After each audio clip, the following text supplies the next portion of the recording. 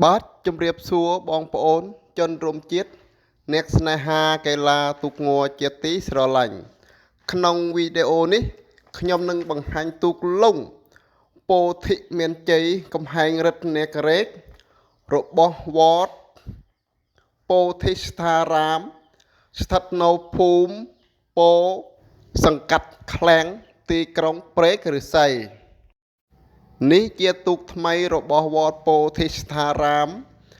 ទិញយកមកពីប្រទេសកម្ពុជាហើយថ្ងៃនេះក៏បានដាក់ចុះទឹកសាគរោគលបឿននេះជាទូកលុងថ្មីចំណោះអុំជាង70នាក់បងប្អូនឃើញយ៉ាងណាដែរចំពោះលបឿនទូកលុងមួយគ្រឿងនេះរបស់វត្តពោធិស្ថារាមបាទវីដេអូរបស់ខ្ញុំបានតែត្រឹមនឹងទេសូមអរគុណសូមជម្រាបលា